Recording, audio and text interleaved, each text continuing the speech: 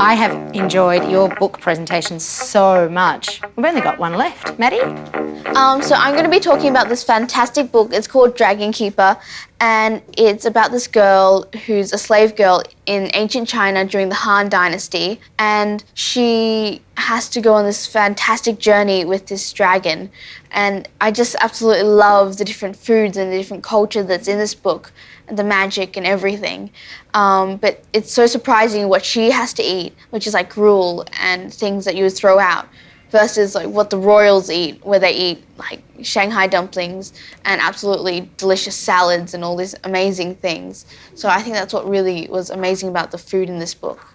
It's funny that you should mention that salads are a bit of a luxury. Because so many things had to travel so far to get to where she was on such a rocky, mountainy place.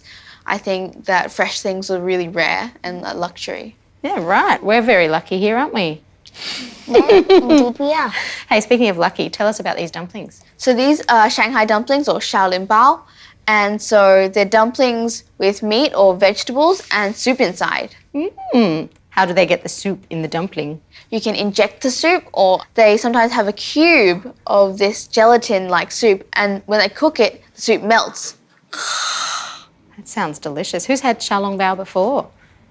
Nice. Who's going to try it now? That's good. Really good. And did you have a favourite food from these presentations, Maddy? I love the beetroot from Lily's story, and I love the chocolate from Lucy's story.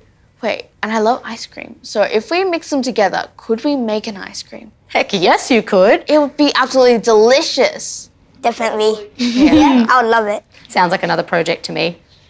Why do you think so many books of your age group are set around characters that have to go beyond their limitations? I think because we as kids know that we can do some things, but are not brave enough to venture and do bigger things. So these books show that we can do bigger or better things. Yeah, you can go beyond your limitations. What do you think, Jonathan? It shows us that we can believe and that we can do anything that we put our mind to. I believe that more than anything. Billy? Carpe diem. Carpe diem. Look at you speaking Latin. What does that mean? Seize the day. Seize the day. That sounds like something Tuberman might say. Yes. Yeah, definitely.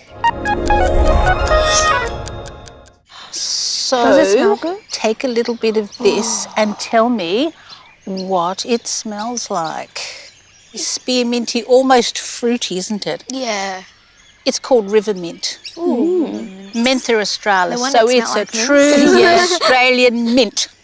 It grows along the rivers. Like all mints, it likes a lot of water. Oh, this smells nice too. This is warrigal greens or Botany Bay greens or native spinach, and you use it instead of spinach. So normally if you'd eat a big leaf like this, you're going to blanch it, pour boiling water over it first, and then refresh it in ice water. Or you can continue to cook it and then have it instead of spinach. Kylie Kwong, one of Australia's best chefs, makes a really delicious warrigal greens dumpling. I love dumplings. Secret ingredient? And chives. now, next secret ingredient for our special dish. This smells very lemon. Smells like lemongrass on steroids. Yeah, because lemongrass has, I think, about 30% free citral, and lemon myrtle has about 90%. As with all herbs, it's best when you bruise it a little bit so you release those natural oils. So give it a bit of a squish, Billy. Whoa, that's heaps stronger. Lemon myrtle cheesecake is delicious. Can you have it in chocolate? Oh yes, you can have it in chocolate. It's delicious in chocolate. Sounds good. So in that Myrtaceae family, we have the myrtles, the eucalypts, and the tea trees. And they all have their beautiful aromatic leaves. Some are good to eat, and some are good for medicine.